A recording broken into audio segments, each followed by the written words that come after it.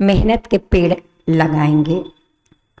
सफलता किसी संयोग या किस्मत का परिणाम नहीं है। दृढ़ इच्छा, कड़ी मेहनत और ऊंचे लक्ष्य का नाम ही सफलता है।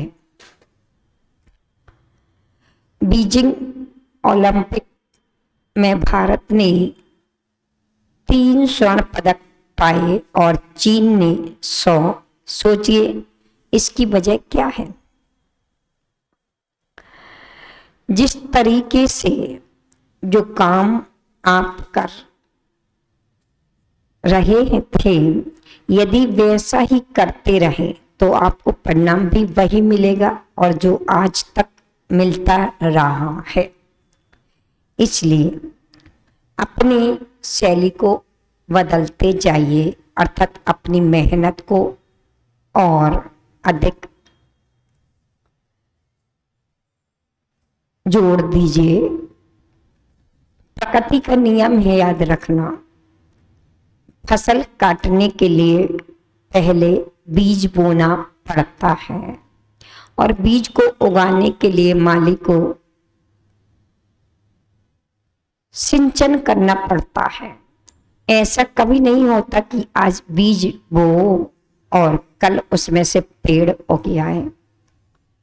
आप फल पाने के लिए हाथ बढ़ा सकते हो, लेकिन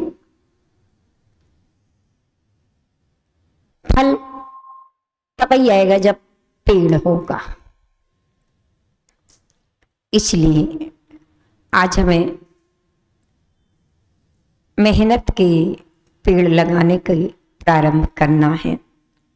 किसी भी सफलता का पहला द्वार है आपको क्या चाहिए, इसका निर्णय आपका लक्ष्य आपके सामने जितना साफ होगा, आपका काम उतना, परिणाम उतना ही असरदार होगा। लक्ष्य स्पष्ट और निश्चित होगा तो अत्यंत कठिन रास्ते पर भी प्रगति प्राप्त करेंगे। लक्ष्यहीन व्यक्ति तो सरल रास्ते पर भी चलेगा, तब भी वह कहीं ना कहीं का कहीं पहुंच पाएगा। इसलिए अपना लक्ष्य स्पष्ट हो, अपना कदम लक्ष्य विहीन ना हो। जिस चीज को आप पाना चाहते हैं उसे पाने के लिए दीवाने हो जाइए। प्रभु आपकी मदद अवश्य करते हैं। जिनके भीतर जीतने का जुनून या जज्बा होता है तो नियम से वह जीत लेता है। जैसे चींटी, अगर वो चढ़ना प्रारंभ कर दे तो धीरे धीरे भले पहुंचे, एक ना एक दिन पहाड़ पर पहुंच ही जाती है। इसी प्रकार से हमें भी अपने अंदर एक जज्बा पैदा करना चाहिए अपने लक्ष्य को पूर्ण करने के लिए। जीतने के लिए सबसे पहले जिस ताकत की जरूरत होती है वह है जीतने की सोच, जीतने का विश्वास। हारने की सोच लेकर कभी भी जीत हासिल नहीं कर सकते। इसलिए जब भी कोई बाजी आपको मानना है या जीतना है तो पहले अपनी सोच को सकारात्मक कीजिए, अर्थात हारने की कभी नहीं सोचिए, हमेशा जीतने की ही सोच बनाएं।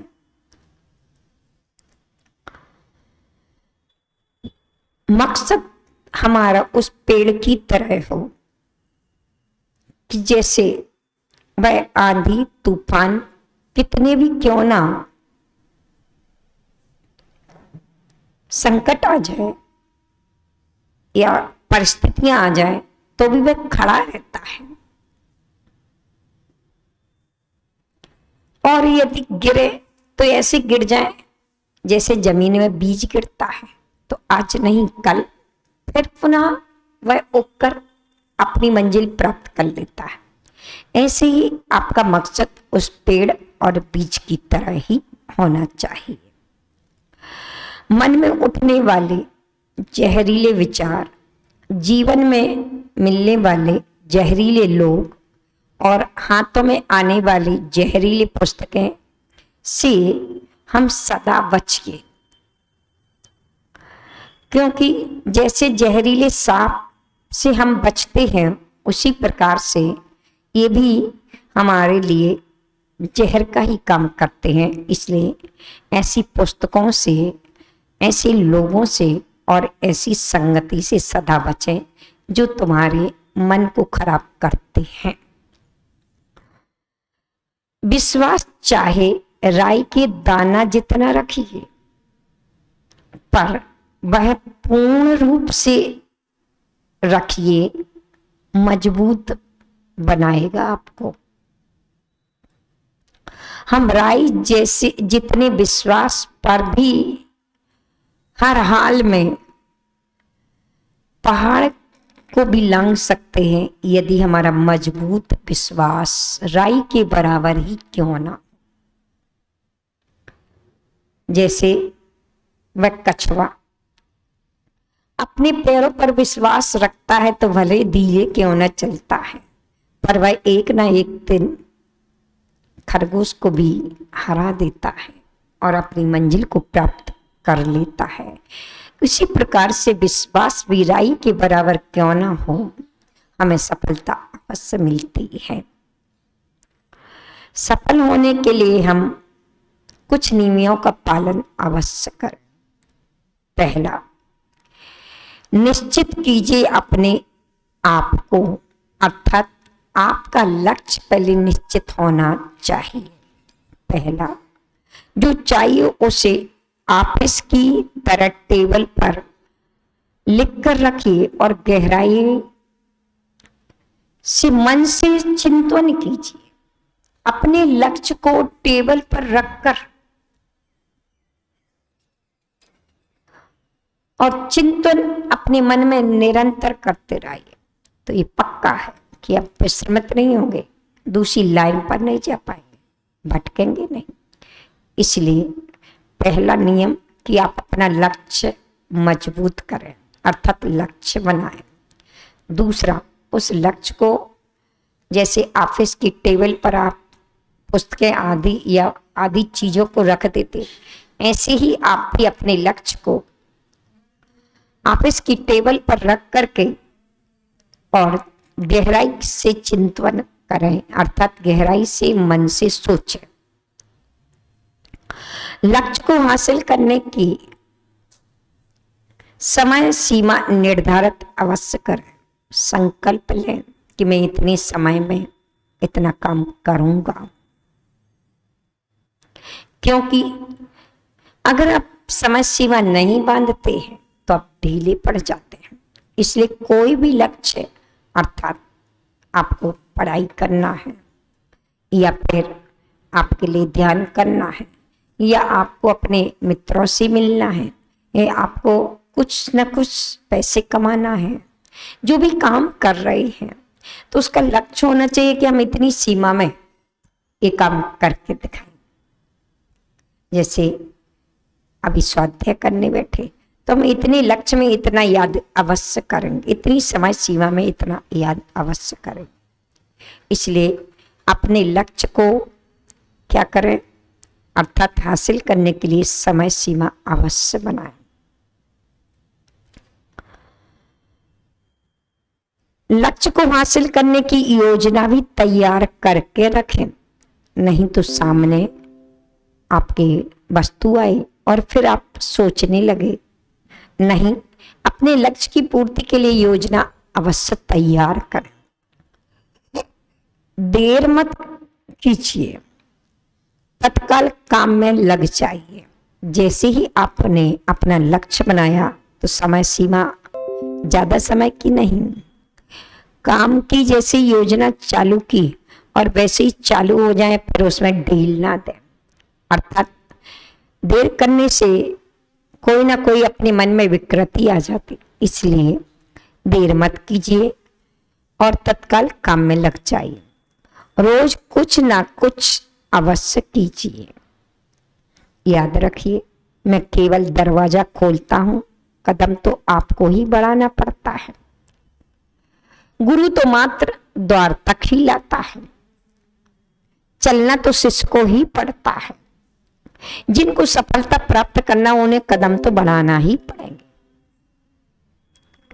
इसलिए अपने मेहनत के कदमों को आगे बढ़ाएं। यदि आपको धन कमाना है, ये कुछ उपलब्धि करना है, तो ये मत सोचिए कि पैसों के बिना कैसे शुरू करें। अरे बल्कि यह सोचिए कि यदि आप शुरू ही नहीं करेंगे तो पैसे कहां से आएंगे।